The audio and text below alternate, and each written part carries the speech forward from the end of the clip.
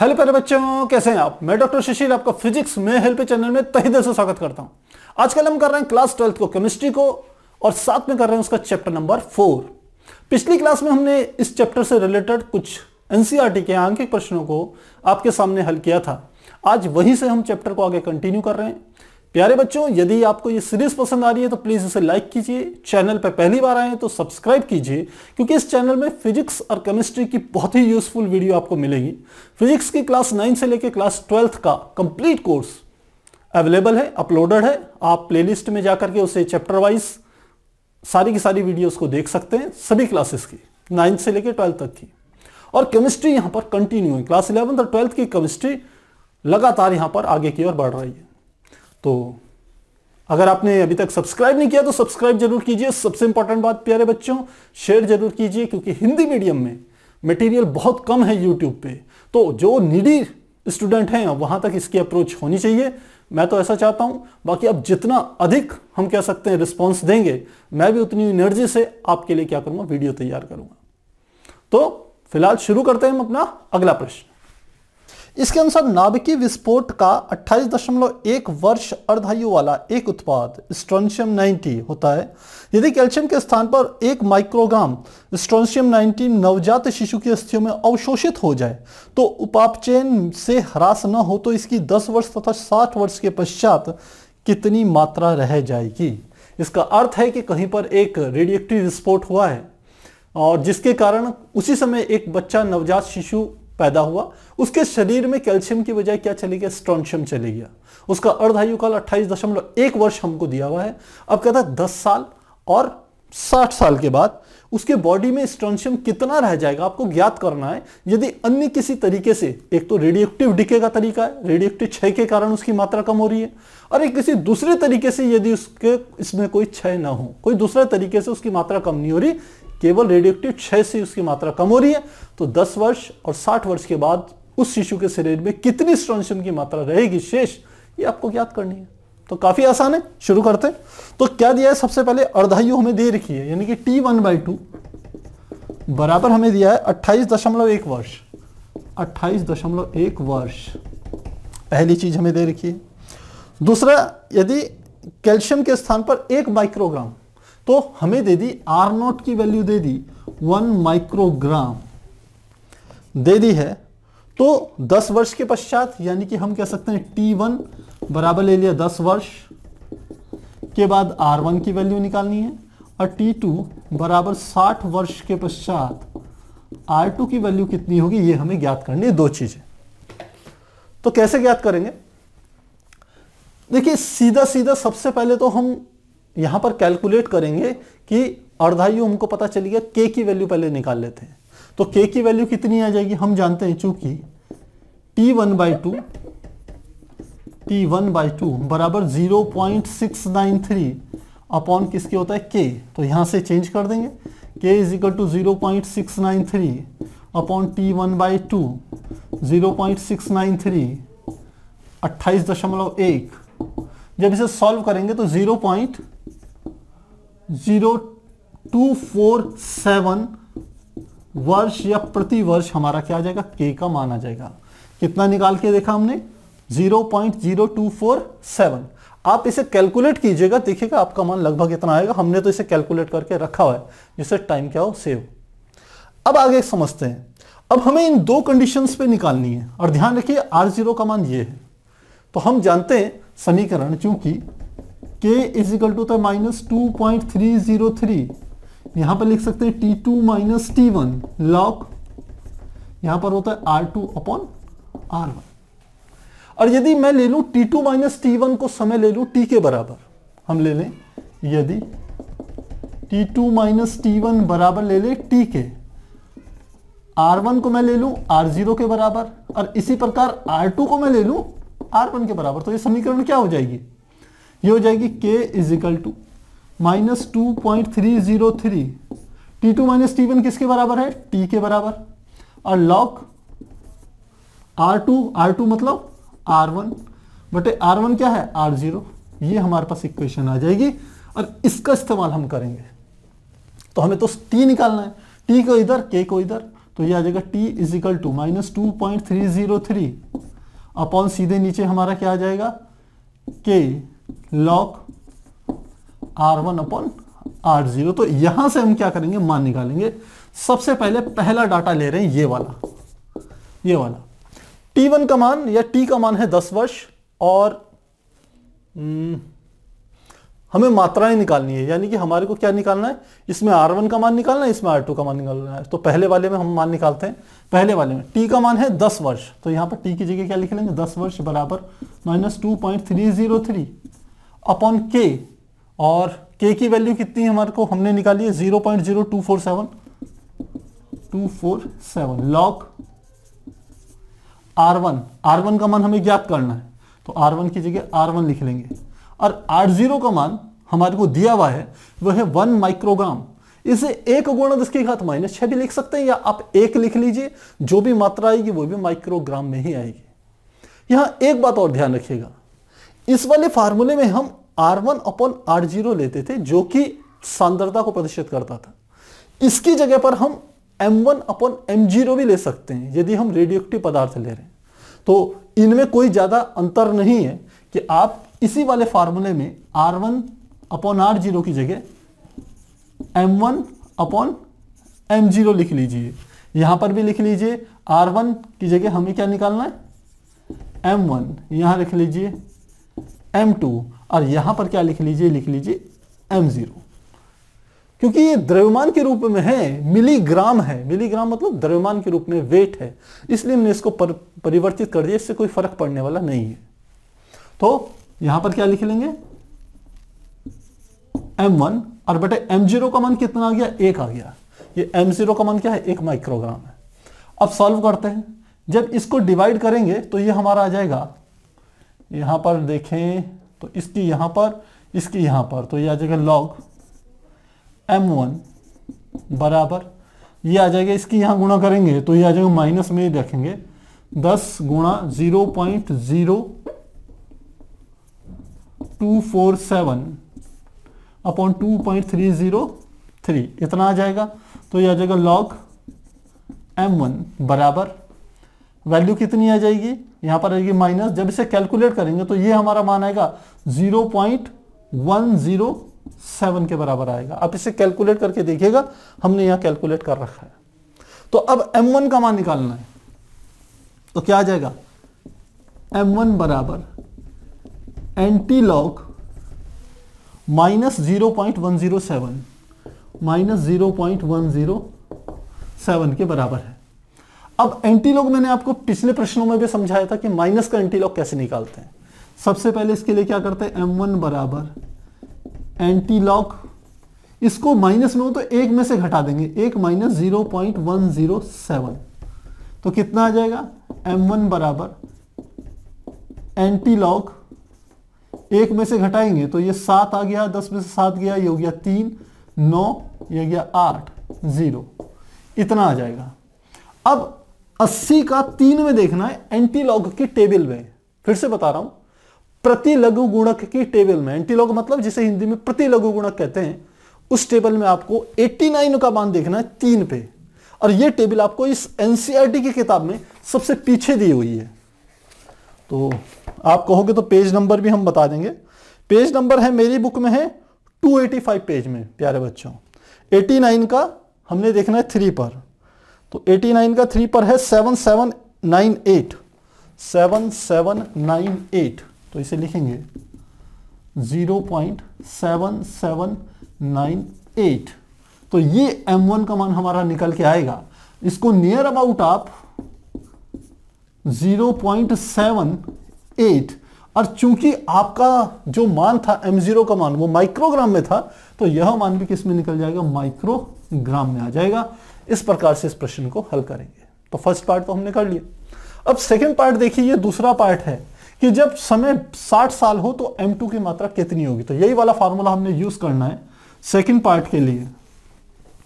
यहां 10 की जगह क्या आ जाएगा आपकी बार, समय कितना है 60, तो इस फार्मूले को यूज करेंगे तो ये हमारा आएगा 60 इज इक्वल टू, बिल्कुल साफ बाकी चीजें, 2.303 अपॉन नीचे यही आ जाएगा k की वैल्यू 0.0247 और साथ में हमारा क्या आ गया लॉग, अब की बार क्या लिख लेंगे m2 और बटे नीचे क्या है मान 1 के ही बराबर है, तो सब चीजें वैसे ही है।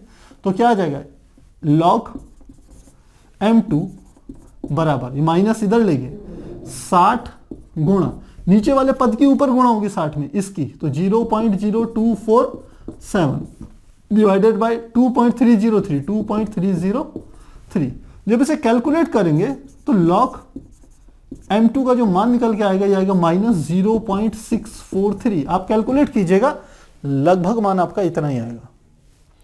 अब इसका फिर से एंटी लॉग निकालना है, तो क्या आ जाएगा m2 बराबर एंटी लॉग माइनस 0.643। तो एंटी लॉग 0.63 बिल्कुल ऊपर की तरह निकालना है, तो लिखेंगे एंटी लॉग 1 माइनस 0.643 घटा दीजिए 1 से, तो क्या आ जाएगा एंटी लॉग 1 में से घटाएंगे तो कितना आएगा, 10 में से 3 गया 7, 9 में से 4 गया 5, 9 में से 6 गया 3.0, इतना आ गया। तो 35 का 7 पे देखना है एंटी लॉग, फिर से प्रति लघु गुणक टेबल, और प्रति लघु गुणक टेबल फिर से मैंने अभी आपको बताई थी, ये 285 पेज में थी एनसीईआरटी की। हमने देखना 35 का 7 में, तो ये 284 में है, 35 का 7 में है, यह है 2275, हमारा मान निकला है ये 0.2275।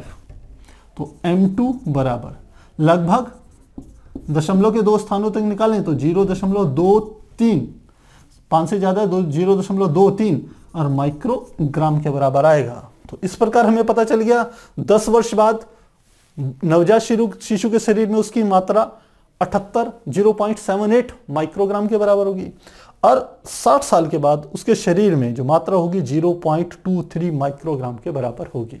इस प्रकार से हम इस प्रश्न को हल कर सकते हैं।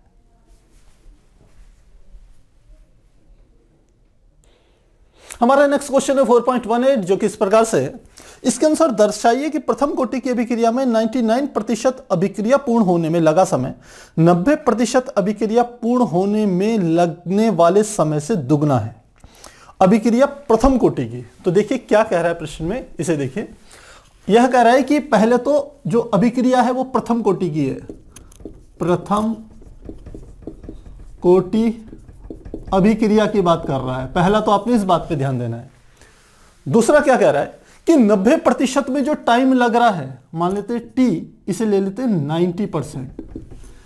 90% अभिक्रिया पूर्ण होने में जो समय लग रहा है, या आप कह सकते हैं कि टोटल अमाउंट का जब 90% कंज्यूम होता है उसमें जो समय लग रहा है वो उसका दुगना समय लग रहा है कितने, 99% अमाउंट को कंज्यूम होने में। तो इसको लिख सकते हैं टी 99% बराबर 2 गुणा टी 90% के बराबर होगा। ये आपको प्रूफ करना है प्यारे बच्चों, ये क्या करना है, प्रूफ करना है।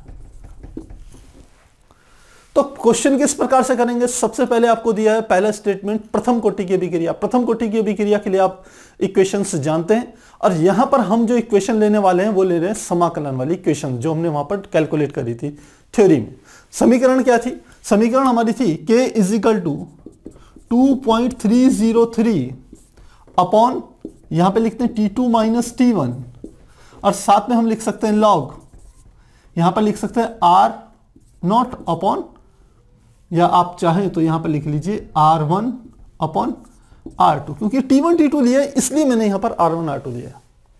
इसी समीकरण को हम माइनस के पदों में भी व्यक्त कर सकते थे, यानी कि k is equal to minus 2.303 upon T2 minus T1 log. अगर यहां पर आगे माइनस लगाएंगे तो यहां पर R2 अपॉन R1 कर लेंगे। बहुत सारे हम कह सकते हैं बुक्स में इस फॉर्मूले को भी यूज किया है, तो आप कंफ्यूज मत होइएगा।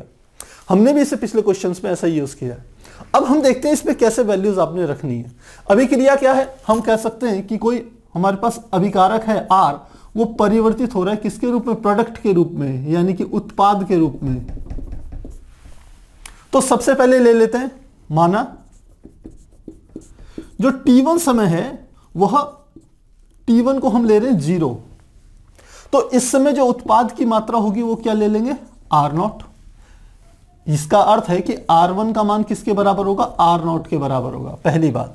दूसरा समय ले रहे हैं T2, और ये T2 समय हमारा कौन सा ले रहा है, मान लेते हैं T90 का समय ले रहे हैं, T90% वाला समय ले रहे हैं, और इसमें हम कह सकते हैं जो उत्पाद की मात्रा होगी यानी कि R2 उसको रिप्रेजेंट करेंगे R, और आप ले रहे हैं यदि 90% ले रहे हैं तो R 90% कंज्यूम होने पर मात्रा कितनी रह जाएगी, एक ये बात हमें कैलकुलेट करनी है। देखिए प्यारे बच्चों, यहां एक चीज को ध्यान रखना है, इस वाले फार्मूले में जो R1 R2 है वह अभिकारक की मात्राएं हैं किसी समय पर। तो यदि हम T2 समय ले रहे हैं जिसमें पदार्थ का 90% हम कह रहे हैं कंज्यूम हो जा रहा है, 90% समाप्त हो जा रहा है, तो शेष कितना बचेगा, 10% बचेगा। तो जो हम कहेंगे ये R2 होगा, R2 बराबर होगा 10% ऑफ R0, यानी कि R0 का 10% शेष रहेगा, ध्यान रखना। तो क्या आ जाएगा R2 का मान, यहां पर 90 ने लिख करके 10% लिखेंगे, यानी कि R2 बराबर हो जाएगा 10/100 मल्टीप्लाई R0, कट गया तो ये आ गया R2 बराबर आ गया R0/10। तो ये ध्यान रखना है, R1 की जगह R0, R2 की जगह R0/10, T1 की जगह हमने 0 लेना है, और T2 की जगह लिखना है T/T 90%, ये को ध्यान रखना है। अब इक्वेशन निकालें तो समीकरण इसी का इस्तेमाल करेंगे, तो ये आ जाएगा K इज इक्वल टू सबसे पहले 2.303 अपॉन T2 माइनस T1, तो T2 का मान T90 लिखना है, T90%, और T1 का मान हमने कहा कितना रखना है, 0, तो इस इक्वेशन में T1 का मान क्या रख देंगे, 0 माइनस 0, साथ में क्या आ गया लॉग, यह है R1 अपॉन R2, R1 का मान कितना है R0 के बराबर, तो लिख लेंगे R0, और R2 का मान देखिए, ये R2 क्या है, R का 10% है, यानी कि R2 बराबर R0 अपॉन 10 हमने यहां पर कैलकुलेट करके निकालना है, तो ये आ जाएगा R0/10।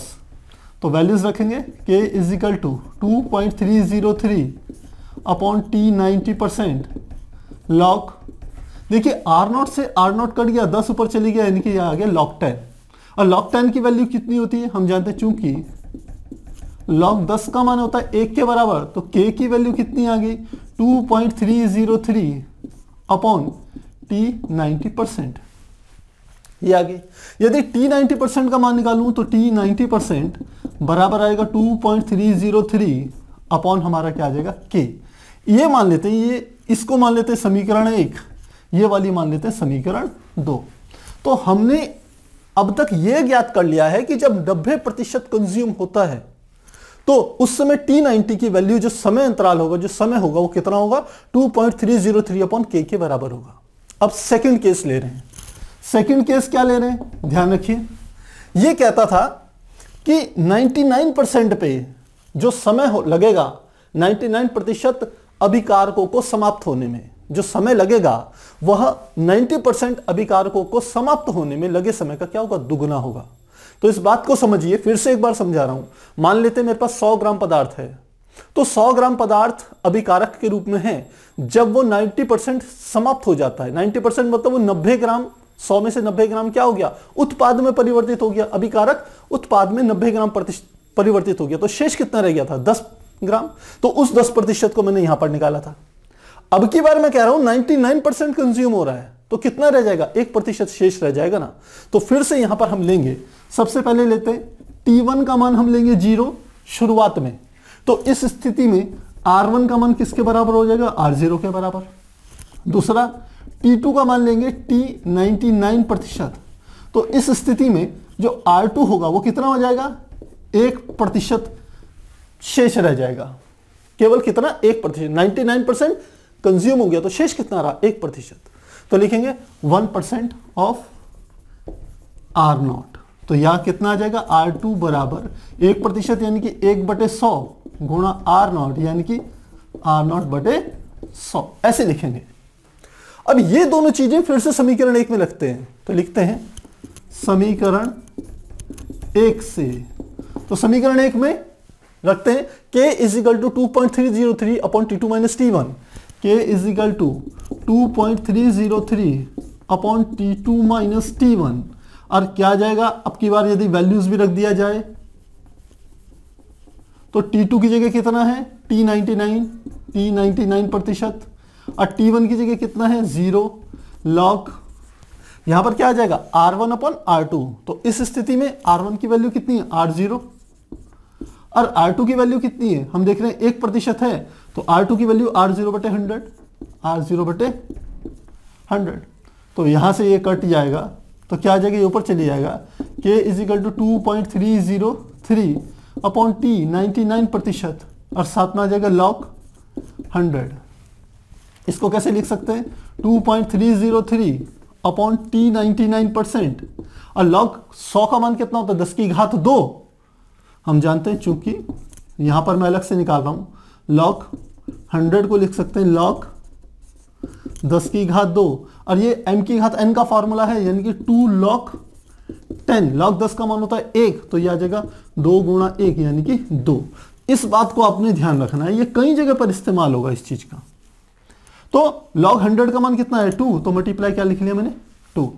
अब आपको क्या करना है, ये K = 2.303 अपॉन T99 है, T99% मल्टीप्लाई 2 है, इसको इधर ले जाना है, K को यहां लाना है, तो इसको ऐसे लिख सकते हैं K = 2.303 अपॉन ये K यहां पर आ गया और साथ में क्या है मल्टीप्लाई 2। अब आप देखिए, सॉरी ये हमारा K नहीं है, ये T को इधर लेंगे तो ये T99% है। तो देखिए ये 2.303 अपॉन K किसके बराबर है, समीकरण 1 में देखेंगे तो ये T90 के बराबर है। तो लिखते हैं समीकरण 1 से ये 2 है, समीकरण 2 से यदि मान रखें, समीकरण 2 से मान रखने पर तो क्या आ जाएगा T99% = इस पूरे की जगह क्या आ जाएगा T90, तो ये आएगा T90% मल्टीप्लाई 2 यानी कि T99% बराबर 2T90%। और यही हमारे को क्या करना था प्यारे बच्चों, यहां प्रूफ करना था और ये हमने यहां सिद्ध कर दिया। बेसिक फार्मूला ये यूज होगा। पहली स्थिति में आपको T1 का मान तो दोनों में 0 और R1 का मान 0 ही रखना है। T2 का मान दूसरी कंडीशन में इसमें 90% लेना है और R2 का मान कितने प्रतिशत रह जाएगा, शेष रह जाएगा जो, तो R2 बराबर कितना रह गया, 100 में से 90 गया तो कितना 10%, तो 10% यहां निकाल दिया, R का 10%। ये इस प्रकार से ऐसे यहां पर निकालना है, इक्वेट करना, आसानी से आंसर आपका आ जाएगा। तो आप नोट कीजिए, फिर हम आगे कंटिन्यू करेंगे।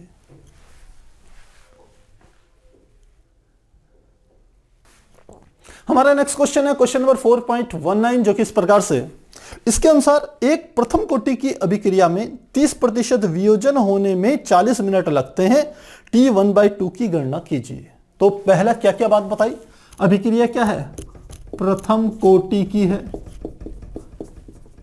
प्यारे बच्चों इस बात का जरूर ध्यान रखना है कि अभिक्रिया किस कोटि की, क्योंकि शून्य कोटि के लिए समीकरण और फॉर्मूले अलग हैं, प्रथम कोटि के लिए फॉर्मूले क्या है अलग हैं और समीकरण अलग है, तो ये आपको ध्यान रखना है। सेकंड क्या कहा कि अभिक्रिया में 30% वियोजन होने में 40 मिनट लगते हैं, तो 30% वियोजन में लग रहा है समय 40 मिनट। तो हमें क्या निकालना है, T1/2 की वैल्यू को कैलकुलेट करना है। काफी आसान प्रश्न है, अगर पिछला प्रश्न आपने ध्यान से देखा है तो यह बिल्कुल आपको आसान लगेगा। प्रश्न को समझते हैं। ये कहते हैं कि जो हमारे पास अभिकारक हैं परिवर्तित हो रहे हैं उत्पाद के रूप में, प्रोडक्ट के रूप में। तो प्रारंभ में T बराबर 0 पर R की वैल्यू क्या थी, R0 थी, और P की जो भी वैल्यू रही होगी इसकी वैल्यू तो 0 ही रही होगी।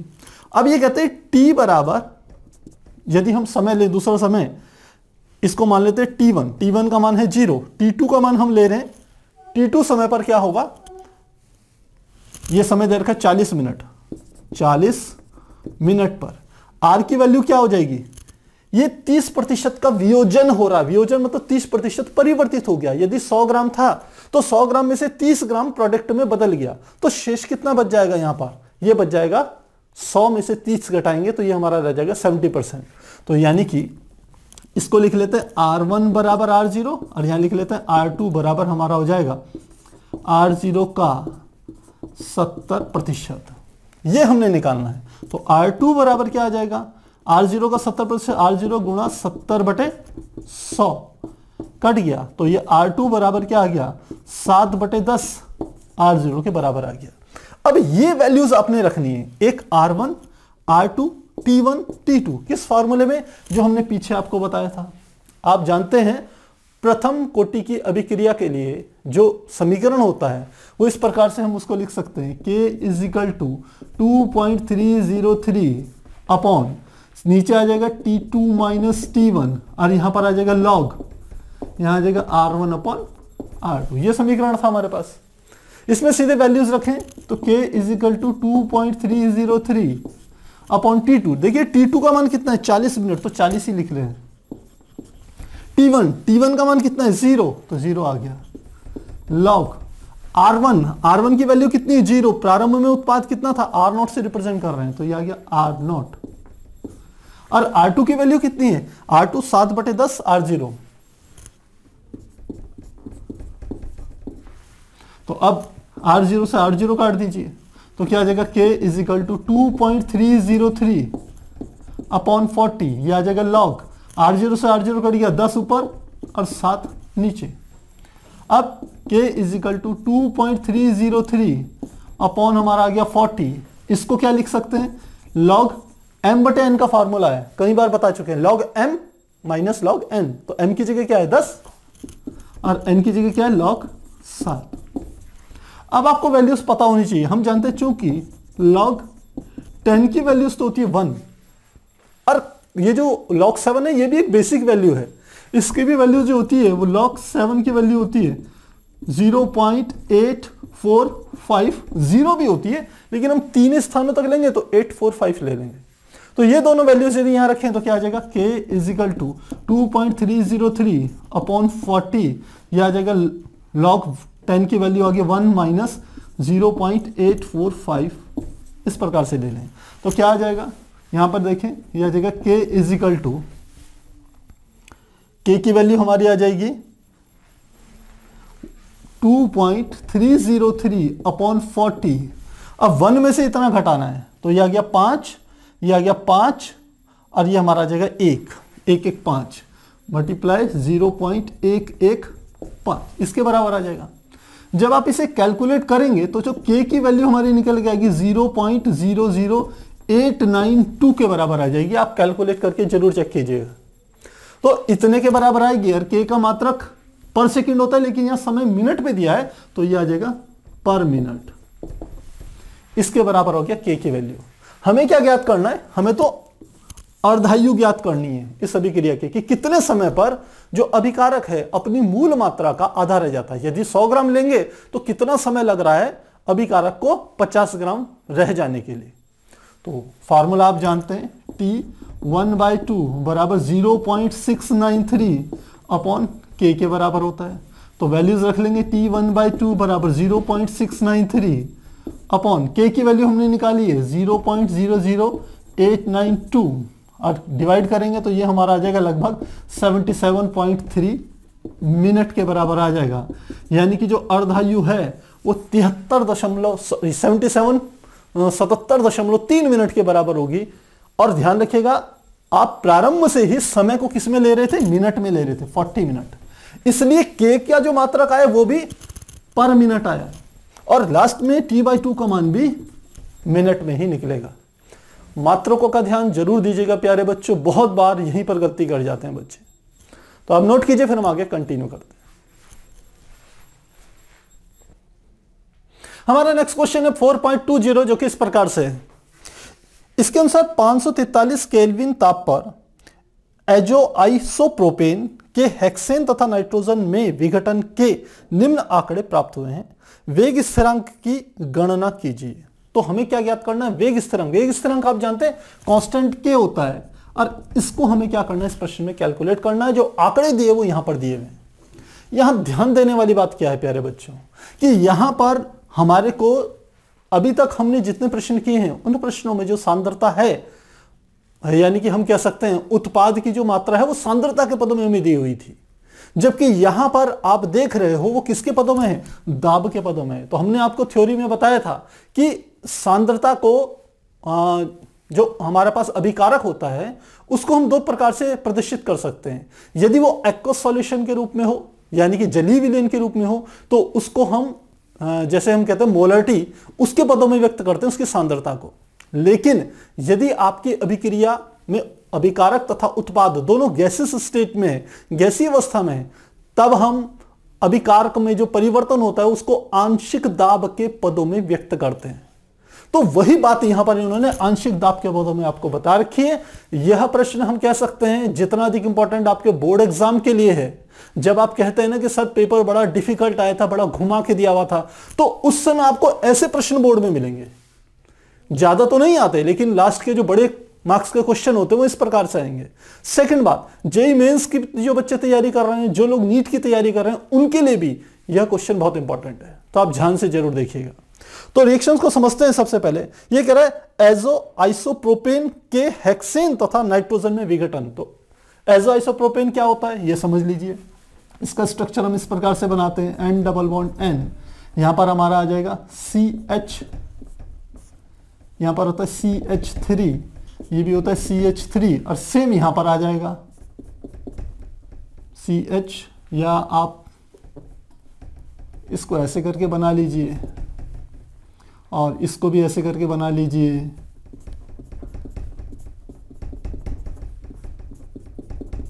ये हमारा इसका स्ट्रक्चर है। ये किस में परिवर्तित हो रहा है, ये परिवर्तित हमारा हो रहा है एजो आइसोप्रोपेन हेक्सेन तथा नाइट्रोजन में। तो हेक्सेन है हमारे पास है C6H14, इसमें और प्लस नाइट्रोजन यानी कि N2 में परिवर्तित हो रहा है, ये ध्यान रखिएगा। अब देखिए ये हमने रिएक्शन तो यहां लिख दी, आपको लग रहा होगा स्ट्रक्चर थोड़ा डिफिकल्ट है, लेकिन प्यारे बच्चों में स्ट्रक्चर से कोई मतलब नहीं है, इस बात को ध्यान देना। हमें यह समझना है कि सीधी सीधी ये क्या है, अभिकारक परिवर्तित हो रहा है किसके पदों में, उत्पाद में, उत्पाद में परिवर्तित हो रहा है। ध्यान देने वाली बात क्या है, ध्यान देने वाली बात इसमें यह है कि इसकी जो स्टिक्योमेट्री गुणांक है उसको आपने ध्यान देना है। बस जो स्टिक्योमेट्री गुणांक है वो है इसका है 1, इसका भी स्टिक्योमेट्री गुणांक है 1 और इसका भी स्टिक्योमेट्री गुणांक है 1। आपको बता रखा है स्टिक्योमेट्री गुणांक क्या होता है। स्टिक्योमेट्री गुणांक का अर्थ होता है कि किसी अभिक्रिया को संतुलित करने के लिए, किसी अभिक्रिया को संतुलित करने के लिए जो हम अभिकारकों और उत्पादों के सामने जो अंक लिख देते हैं उसी को हम स्टिक्योमेट्री गुणांक कहते हैं, उसका हमें यहां पर यूज करना है। अदरवाइज आप समझिए ये अभिकारक है और ये क्या है, सीधे उत्पाद, ऐसे समझ सकते हैं। अब प्रश्न को समझिए, क्योंकि इसमें दाब के रूप में दिया हुआ है, तो प्रश्न जो हम इससे पहले यूज करते थे, आंकड़े यूज करते थे, इक्वेशन यूज करते थे प्रथम ऑर्डर रिएक्शंस की, ठीक वही हम यहां यूज करेंगे। पर समस्या क्या है कि इसने प्रश्न में कहीं भी यह नहीं बोला है कि यह प्रथम ऑर्डर रिएक्शन यानी कि फर्स्ट ऑर्डर रिएक्शन है, प्रथम कोटि की अभिक्रिया, ऐसा नहीं बताया। तो पहला काम आपको यह ज्ञात करना है कि यह कौन सी कोटि की अभिक्रिया है। इन आंकड़ों को देख के यह समझना है। तो कैसे समझेंगे यह देखते हैं। हम सबसे पहले देख रहे हैं कि समय है t बराबर 0 पर P का मान, जो दाब का मान है वो 35.0 है। तो अब इस आंकड़ों को मैं यहां पर लिख रहा हूं। हम लिखते हैं t बराबर 0 पर जो अभिकारक की मात्रा है वह हमारी कितनी दे दी, इसका जो दाब दे दिया वो दे दिया 35.0। किसका दाब है ये, अभिकारक का, यानी कि P हम R लिख लेते हैं। PR का मान कितना है 35.0। और इस क्षण उत्पाद का जो दाब रहा होगा वो कितना रहा होगा, 0 रहा होगा। उसके बाद आप देखिए T का मान, T1 लिख लेते हैं। T1 का मान जब 360 है, 360 सेकंड है, ये सेकंड में दिया हुआ है, 360 सेकंड है, तो इस P का मान दे दिया उन्होंने 54.0। अब इस बात को समझिए कि ये क्या अर्थ है इस चीज का। थ्योरी में हमने आपको डिटेल में बताया था, जब कोई अभिक्रिया घटित होती है, दाब दिए हुए रहते हैं, तो शुरू में क्या हो रहा है, यह अभिकारक उत्पाद के रूप में परिवर्तित होगा।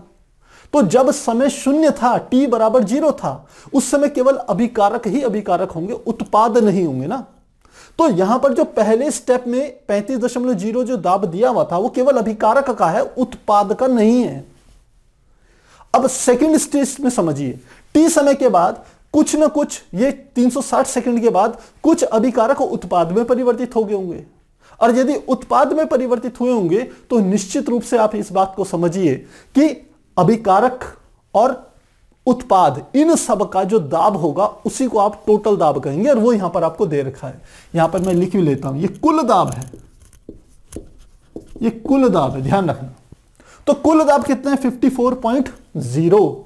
तो इसका अर्थ है, मैं ये मान सकता हूं, यदि इसका दाब मैं मान लूं PR, और इस वाले का दाब मैं मान लेते हैं इसमें P1 दाब आया, तो इसके दाब में यदि P1 कमी हुई होगी तो यहां आपके पास दो थे, पहला ये वाला था और दूसरा ये वाला था, तो इसके दाब में भी P1 वृद्धि होगी, इसके दाब में भी P1 वृद्धि होगी।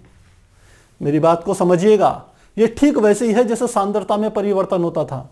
यहां पर सांद्रता मान लो तो 100 थी, 100 में से 50 आपके किस में परिवर्तित हो गए मान लेते हैं? उत्पाद में। तो यहां 100 में से 50 घटेंगे तो यहां पर भी 50 ये बनेंगे, यहां पर भी 50 ये बनेंगे, क्योंकि स्टिक्योमेट्री गुणांक सबके सेम है, यहां एक है, यहां एक है, यहां एक है। तो इसमें जितनी कमी होगी यह समान मात्रा में उतने ही तैयार होंगे। तो ठीक वही दाब के पदों में आपने समझना है, यदि इसके दाब में P1 की कमी हो रही है तो इसमें भी इसका दाब भी P1 उत्पन्न होगा, इसका दाब भी P1 उत्पन्न होगा। पहली बात। सेकेंड स्टेज में समझिए, T2 बराबर यदि 720 सेकेंड हमने ले लिया तो इस समय जो प्रारंभिक दाब था PR, उससे P2 माइनस कर दिया तो यहां पर भी दाब कितना हो गया? P2, और यहां पर भी दाब कितना हो गया? P2। तो प्यारे बच्चों, अब हम K की वैल्यू को कैलकुलेट करेंगे। बेसिक फार्मूला मैंने जो भी आपको बताया, ठीक उसी फार्मूले का यूज करेंगे। फार्मूला आप जानते हैं, चूंकि K इज इक्वल टू होता है 2.303, ये होता है T2 माइनस T1 लॉग, यहां पर आता है हमारे पास R1 अपॉन R2। अब देखिए क्या क्या चीजों को क्या क्या रखना है। यहां पर K की वैल्यू दो अलग अलग, हम कह सकते हैं, आंकड़ों से निकलेगी। पहला आंकड़ा इन दोनों को लेंगे, इन दोनों को लेंगे तो पहला K1 की वैल्यू हमारे पास कैलकुलेट होगी। फिर हम जब इन दोनों को लेंगे तो हमारे पास वैल्यू निकलेगी K2 की, फिर उसका एवरेज निकालेंगे, तब हमारे पास ये रिक्वायर्ड जो हमारे पास कह सकते हैं क्वेश्चन में पूछा गया है उसको हम ज्ञात कर पाएंगे।